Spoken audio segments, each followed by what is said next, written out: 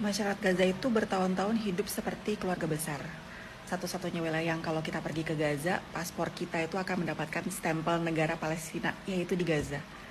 Kalau kita berkunjung ke wilayah pendudukan Zionis lain seperti Yerusalem, tempat Masjid Al-Aqsa ada, paspor pengunjung itu akan dapetin stempel Israel.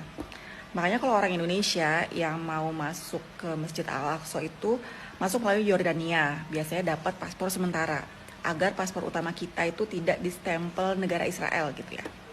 Sementara jika kita ini mau mendapatkan stempel negara Palestina, ya satu-satunya harus ke Gaza, itu baru dapat stempel Palestina di paspor kita. Correct me if I'm wrong ya, mungkin yang lebih paham bisa sampaikan juga. Back to ke masyarakat Gaza, cerita masyarakat Gaza.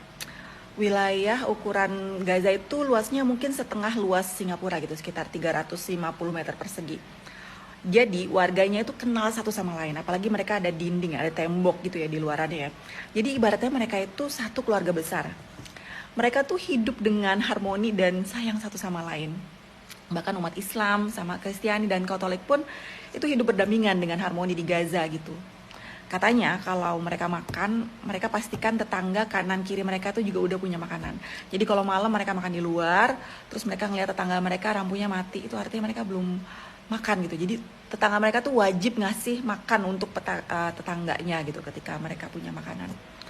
Dan warga Gaza itu, warga Palestina ya, menganut mazhab Syafi'i, mazhab yang sama dengan Muslim Indonesia. Jadi nggak heran kalau ada orang yang Muslim Indonesia yang datang ke Gaza itu disambut kayak tamu istimewa, bener-bener kayak tamu istimewa tuh orang Indonesia di sana.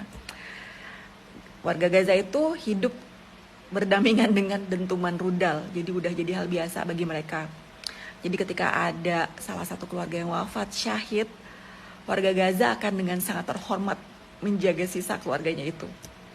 Mereka akan menjaga layaknya anak, ayah atau ibu atau paman atau bibi atau keponakan sendiri itu. Jadi dianggap seperti keluarga mereka kalau misalnya ada yang syahid. Karena bagi mereka, mereka itu adalah satu keluarga besar. Seistimewa itu, sehangat itu warga Gaza. Karena bagi kita umat Islam, kita harus imani bahwa Palestina adalah tanah yang diberkahi Allah. Karena orang Palestina itu penjaga Baitul Maqdis, masjid yang menjadi kiblat pertama Muslim. Jadi ketika sekarang Gaza, wilayah Palestina terakhir, ini diserang bertubi-tubi oleh sekumpulan syaitoni rojim, rasanya kita harus berdiri bersama warga Gaza. Berdiri bersama mereka untuk mempertahankan wilayah terakhir Palestina agar wilayah itu